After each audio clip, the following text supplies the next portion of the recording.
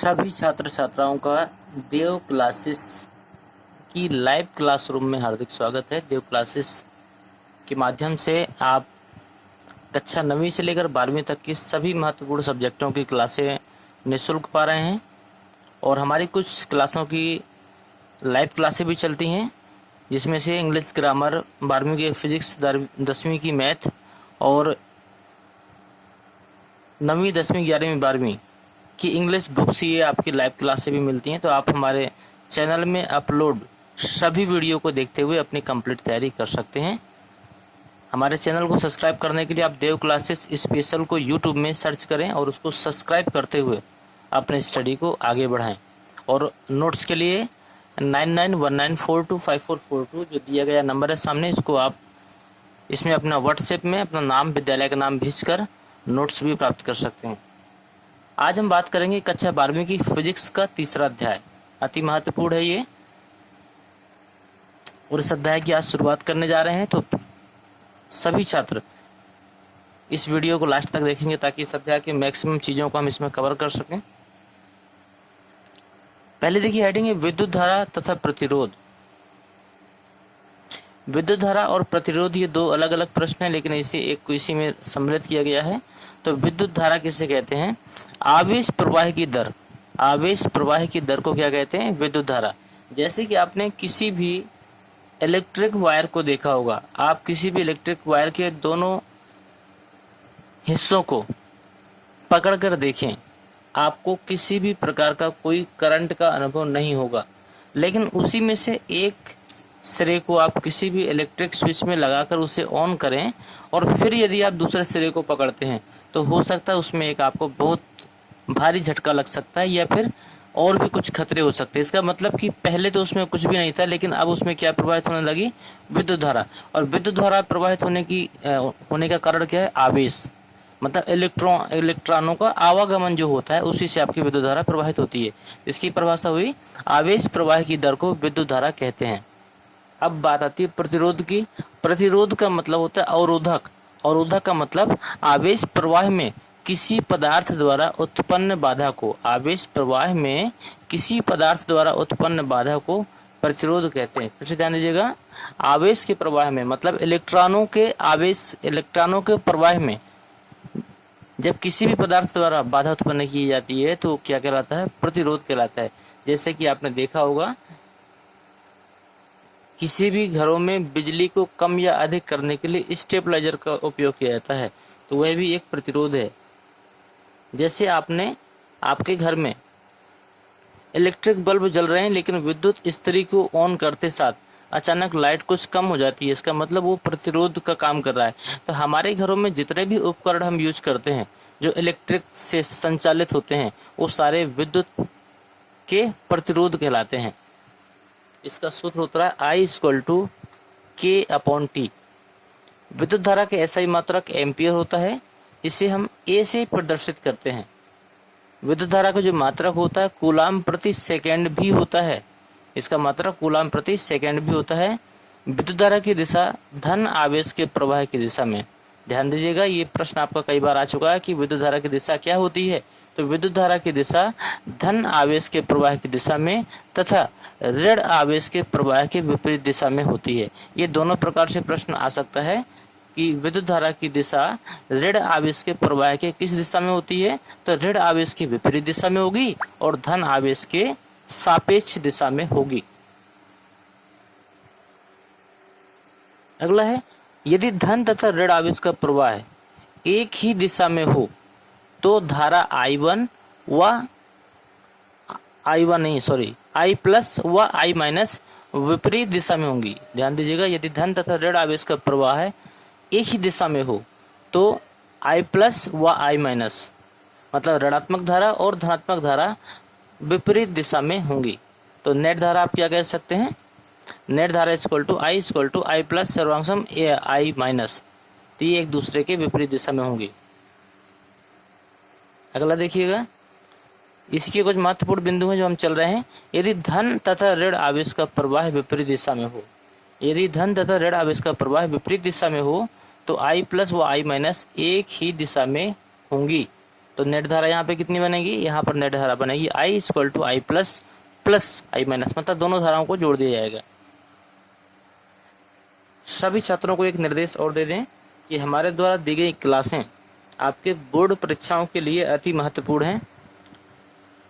तो किसी भी प्रकार का कोई भी विद्यार्थी ये भावना लेकर तैयारी ना करें कि ऑनलाइन क्लासों में यहाँ सिर्फ हम लोग टाइम को काट रहे हैं या फिर बर्बाद कर रहे हैं, क्योंकि हमारे द्वारा दी गई चीज़ें आपको कोचिंग संस्थान में भी हो सकता है ना प्राप्त हो पाएँ।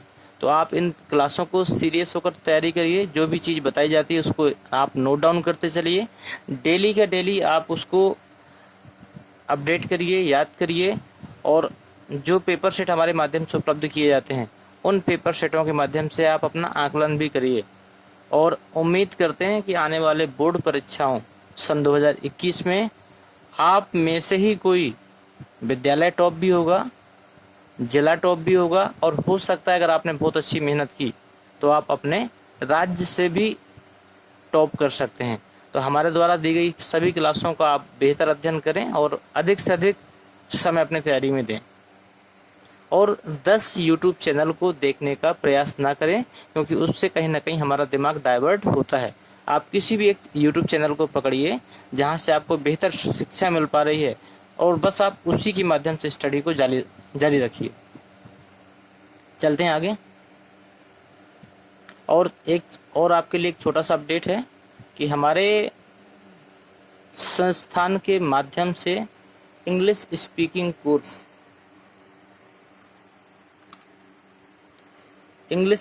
कोर्स स्टार्ट होने वाला है 20 जुलाई से, और मात्र 50 रुपये फीस रखी गई है, जिसमें आपको नोट्स उपलब्ध करवाई जाएंगी, जिसमें आप पढ़ना सीखेंगे। जिन विद्यार्थियों को बिल्कुल पढ़ना नहीं आती अंग्रेजी, वो पढ़ना सीखेंगे।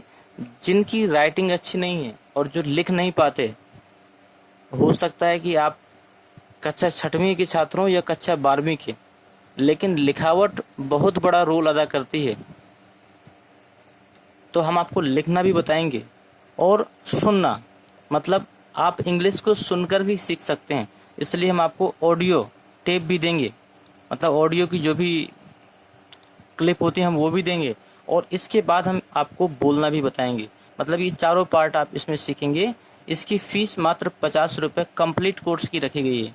मतलब ये जब तक भी चलेगा, चाहे वो 1 महीने चले, 2 महीने चले या 4 महीने चले, लेकिन इस पूरे कंप्लीट कोर्स की फ़ीस 50 रुपये रखी गई है। तो जो भी छात्र इसमें एडमिशन लेना चाहें, 20 जुलाई से कोर्स स्टार्ट हो रहा है, तो वो दिए गए नंबरों पर संपर्क करके अपने एडमिशन को ले सकता है।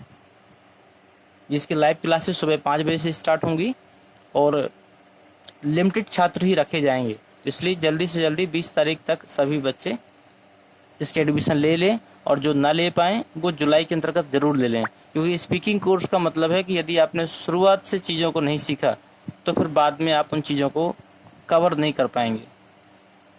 तो डेली के डेली आपकी हम जो तैयारी करवाएंगे, उन्हीं क्लासों की आपको ऑडियो क्लिप और रीडिंग का तरीका, सुनकर सीखने का तरीका और बोलने का तरीका, हम ये डेली चारों चीज़ें आपको प्रोवाइड करने का प्रयास करेंगे। चलते हैं आज के फिर से अपने सेशन पे। अगला है विद्युत धारा में परिमाण व दिशा दोनों प्रदर्शित होते हैं। विद्युत धारा में परिमाण व दिशा दोनों प्रदर्शित होते हैं, परंतु यह एक अदिश राशि है। विद्युत धारा कैसी राशि है? अदिश राशि है। इसका कारण यह है कि विद्युत धारा सदिश योग नियम का पालन नहीं करती। 1 एम्पियर बराबर कितना होता है? 1 कूलम प्रति सेकेंड, या फिर 1 एम्पियर बराबर 6.25 × 10⁸ इलेक्ट्रॉन प्रति सेकेंड होता है।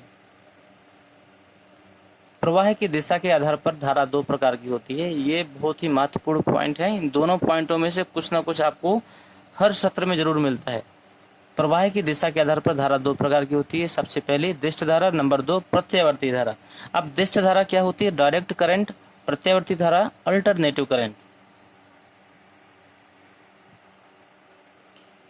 डायरेक्ट करंट आपको कहाँ मिलता है? जो आप बैटरी यूज करते हैं उसमें आपकी दिष्ट धारा बहती है। मतलब बैटरी में करंट तो होता है, लेकिन अगर आप उसे छू कर देखें तो आपको करंट महसूस नहीं होगा। लेकिन प्रत्यावर्ती धारा क्या होती है, जो हमारे घरों में सप्लाई आती है लाइट की, वो आपकी अल्टरनेटिव करंट होती है, प्रत्यावर्ती धारा।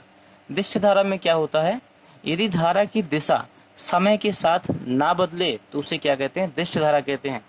इसे स्थायी धारा भी कहते हैं। जैसे कि आप देखते होंगे कि जैसे जैसे बैटरी डाउन होती जाएगी, आपका लाइट का जलना भी डाउन होता जाएगा, और जब बैटरी बिल्कुल बंद हो जाएगी तो लाइट भी जलना बंद हो जाएगी। इसके स्थान पर यदि आपका अल्टरनेटिव करंट होगा, प्रत्यावर्ती धारा होगी, तो आप देखते होंगे पावर कम होने पर बल्ब का जलना और बुझना ये चालू रहता है। इसका मतलब कि वहां पर कुछ चीजें अलग होती हैं। तो पहले हम इसको समझ लें, यदि धारा की दिशा समय के साथ ना बदले तो उसे क्या कहते हैं, दिष्ट धारा कहते हैं। इसे स्थायी धारा भी कहते हैं। अगर कभी प्रश्न आ जाता है स्थायी धारा किसे कहते हैं, तो दिष्ट धारा को स्थायी धारा भी कहते हैं, क्योंकि ये समय के साथ नहीं बदलती। इसका चित्र भी आप सीख लीजिए। अगला प्रत्यावर्ती धारा। यदि धारा की दिशा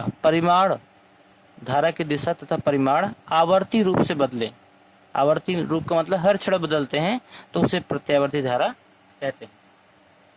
इसका चित्र आपको ऐसे बनेगा, इसको चित्र को देख के आप सीख सकते हैं। अगला है चालक। वे पदार्थ जिनमें विद्युत क्षेत्र का प्रयोग करने पर विद्युत धारा उत्पन्न होती है।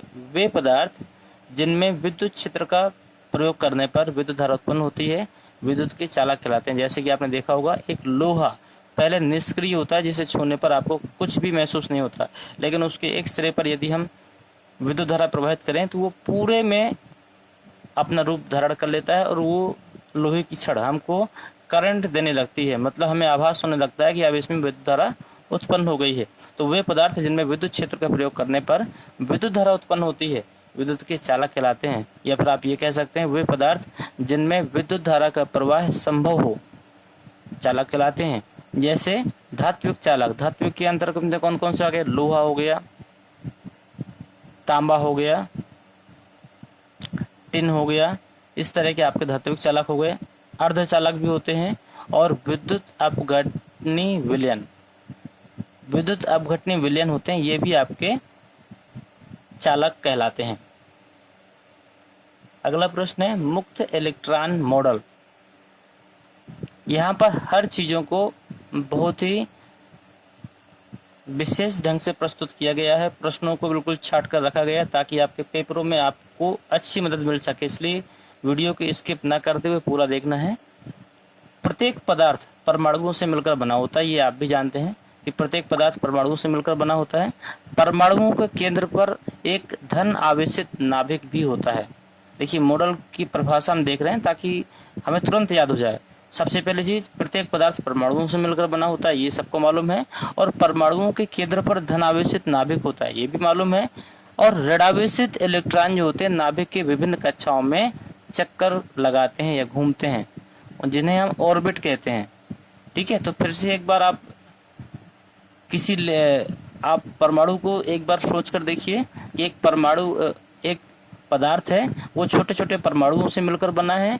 जो परमाणुओं का केंद्र है वो आपका धनावेशित है, क्योंकि आपने सुना होगा किसी भी परमाणु के केंद्र पर धनावेश मतलब प्रोटॉन और न्यूट्रॉन, ये दो चीजें उपस्थित होती हैं। और जो इलेक्ट्रॉन होता है वो उसके चारों ओर चक्कर लगाता है ऑर्बिट में, कक्षाओं में। नाभिक व इलेक्ट्रॉन, नाभिक का मतलब धनावेश, व इलेक्ट्रॉनों के बीच एक आकर्षण बल कार्य करता है। यह आकर्षण बल इलेक्ट्रॉन पर उतना कम कार्य करता है नाभिक से जितना दूरी पर होगा। मतलब जितना अधिक दूरी पर होगा उतना कम कार्य करेगा, और जितना कम दूरी पर होगा उतना अधिक। उम्मीद करते हैं चीजें समझ में आ गई होंगी। इसके आगे देखिए, सबसे बाहरी कक्षा के इलेक्ट्रॉन पर नाभिक का आकर्षण बल इतना कम हो जाता है कि इलेक्ट्रॉन कभी कभी कक्षाओं को छोड़कर बाहर भी चले जाते हैं। इन्हें संयोजी इलेक्ट्रॉन कहते हैं। देखिए, परिभाषा आ सकती है कि संयोजी इलेक्ट्रॉन किसे कहते हैं, तो आप ये कह सकते हैं किसी भी परमाणुओं के सबसे बाहरी कक्षाओं में उपस्थित हुए इलेक्ट्रॉन जिनमें आकर्षण बल कम होने से वो परमाणुओं को छोड़कर चले जाते हैं, उन्हें क्या कहते हैं, संयोजी इलेक्ट्रॉन। संयोजी इलेक्ट्रॉन के निकल जाने से परमाणु धन आयन में परिवर्तित हो जाता है। परिभाषा बड़ी थी, लेकिन आसान ढंग से बताया गया, तो उम्मीद करते हैं चीज़ें समझ में आ गई होंगी आपको। अब इसमें कुछ कंडीशन क्या है। मुक्त इलेक्ट्रॉन को चालक इलेक्ट्रॉन भी कहते हैं। ध्यान दीजिएगा, चालक इलेक्ट्रॉन आ जाए या मुक्त इलेक्ट्रॉन आ जाए, दोनों एक ही चीज़ होती हैं। इन्हीं के कारण विद्युत धारा प्रवाहित होती है। शेष भाग में धनायन होते हैं। इनकी स्थिति स्थायी होती है। ये अपनी स्थिति के परितः मतलब चारों ओर कंपन करते हैं। इनका आयाम ताप पर निर्भर करता है। इनका आयाम होता है वो ताप पर निर्भर करता है। चालक के प्रत्येक इलेक्ट्रॉन का औसत वेग 0 होता है। चालक के प्रत्येक इलेक्ट्रॉन का औसत वेग जो होता है कितना होता है, 0 होता है। अतः कोई भी नेट धारा नहीं बहेगी। अगला है माध्य मुक्त पथ, मोस्ट इंपॉर्टेंट है ये। इलेक्ट्रॉनों की धन आयनों के साथ दो टक्करों के बीच इलेक्ट्रॉनों के धन आयनों के साथ दो टक्करों के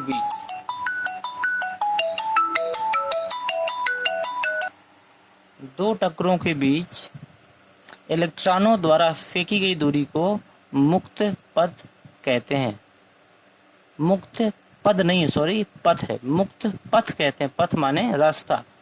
तथा मुक्त पथों के औसत मान को माध्य मुक्त पथ कहते हैं। इसे लैम्डा बार से प्रदर्शित करते हैं। माध्य मुक्त पथ की कोटि 10⁻⁻9 मीटर होती है। प्रश्न आपका आ सकता है, माध्य मुक्त पथ की कोटि कितनी होती है? माध्य मुक्त पथ की कोटि 10⁻⁹ मीटर होती है। माध्य मुक्त पथ का एसआई मात्रक मीटर होता है। माध्य मुक्त पथ का एसआई मात्रक मीटर होता है तथा विमीय सूत्र m0L/T0 होता है। ये आपका महत्वपूर्ण था। इसमें छोटे छोटे प्रश्न आ सकते हैं, 1 नंबर 2 नंबर के। नीचे आप देख रहे हैं Dev classes special online and offline education. हमारी दोनों प्रकार की एजुकेशन चलती हैं। मोबाइल नंबर दिया गया है 9919425442। जिस छात्र को नोट्स की आवश्यकता हो और उसे लगता है कि नोट्स हमारे लिए महत्वपूर्ण हैं और हम नोट्स लेना चाहते हैं, वो दिए गए नंबरों पर संपर्क करके या अपना नाम, विद्यालय का नाम और जिस सब्जेक्ट की नोट्स की रिक्वायरमेंट हो वो सब्जेक्ट लिखकर व्हाट्सएप करेगा तो उसको नोट्स भी प्रोवाइड की जाएगी। श्रांतिकाल किसे कहते हैं? मुक्त इलेक्ट्रॉन तथा धन आयनों के बीच दो क्रमागत टक्करों के बीच लगे माध्य समय को श्रांतिकाल कहते हैं। ध्यान दीजिएगा, मुक्त इलेक्ट्रॉन सबसे पहले चीज तो ये मुक्त इलेक्ट्रॉन हो गए, और धन आयन, इन दोनों के बीच जो क्रमागत टक्करें होती हैं उनके बीच जो माध्य समय होता है उसको श्रांतिकाल कहते हैं। श्रांतिकाल को हम टाउ से प्रदर्शित करते हैं। टाउ = माध्य मुक्त पथ बटे औसत चाल। तो ये आपका सवालों में काम आएगा। जब आप न्यूमेरिकल हल करेंगे तो उसमें आपको पूछ सकता है कि इसका माध्य मुक्त पथ इतना है और औसत चाल इतनी है, तो आप बताइए इसका श्रांतिकाल कितना होगा। तो यहाँ पर लैम्डा बार को हम लोग कहते हैं माध्य मुक्त पथ, और औसत की जब बात की जाए तो RMS जुड़ जाता है, तो VRMS हो गया औसत चाल। तो अगर आप देखेंगे श्रांतिकाल दो टक्करों के बीच का, तो ये लैम्डा को हम लोग 10⁻⁹ मीटर रख सकते हैं, और VRMS जो औसत चाल होती है 10⁻5 मीटर प्रति सेकंड होती है। इस टाउ का मान 10⁻14 सेकंड होता है। मतलब श्रांतिकाल कितना होता है दो टक्करों के बीच का? 10⁻14 सेकंड। उम्मीद करते हैं आपको सारी चीज़ें समझ में आ गई होंगी। अब इन चीज़ों को हम अगले वीडियो में कवर करेंगे, जिसमें आप देखेंगे एक चीज़ और देख लीजिए। अतः श्रांतिकाल 10⁻14 सेकंड की कोटि का होता है। ये कभी कभी श्रांतिकाल की कोटि पूछी जा सकती है, तो वो भी आप 10⁻14 ही होगी। अगले में आप धारा घनत्व देखेंगे और प्रतिरोधों का संयोजन भी देखेंगे, ओम का नियम भी देखेंगे, चालकत्व भी देखेंगे, और बहुत सी महत्वपूर्ण चीज़ें जो आप अगले वीडियो में देखने वाले हैं। तो आप इस वीडियो का अंत हम यहीं करते हैं और उम्मीद करते हैं आपको वीडियो पसंद आई होगी। तो आप सभी छात्र एक कमेंट जरूर करें, एक लाइक करें और सभी दोस्तों को अधिक से अधिक शेयर करें, ताकि हमारा उद्देश्य सन 2021 की परीक्षाओं में कम से कम 1 लाख बच्चे हमारी ऑनलाइन एजुकेशन के माध्यम से शिक्षा प्राप्त करके परीक्षाओं में बैठें। हमारी सारी क्लासें बिल्कुल निःशुल्क हैं, इसलिए अधिक से अधिक छात्रों को जोड़ने का प्रयास करें। Thank you.